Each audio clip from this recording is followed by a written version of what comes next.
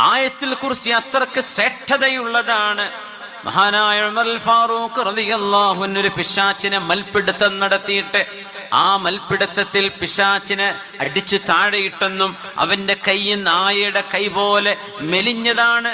അപ്പൊ ചോദിച്ചു, എന്തേ നീ ഇങ്ങനെ? മറുപടി പറഞ്ഞത് എന്താ? ഉമറേ, ഇന്നക തുക്സിറു തഖറഉ ആയത്തുൽ കുർസി, നിങ്ങൾ ഒരുപാട് ആയത്തുൽ കുർസി ഓതുന്ന ആളാണ്. അത്തരം ആളിന്റെ മുമ്പിൽ ഞങ്ങൾ ദുർബലരാണ്. റുഖിയ ചെയ്യുമ്പോൾ ഏറ്റവും കൂടുതൽ ഫലം ചെയ്യുന്നത് ആയത്തുൽ കുർസി കൊണ്ടാണ്.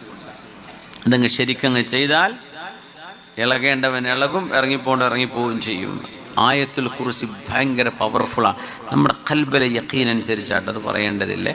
കാസറ്റ് വെച്ചിട്ട് യൂട്യൂബിൽ ഓതിയിട്ടൊന്നും കിട്ടണമെന്നില്ല. നമ്മൾ യഖീനോടുകൂടെ അങ്ങ് ഓതിയാൽ അതിൻ്റെ ഫലം കണ്ടിരിക്കും.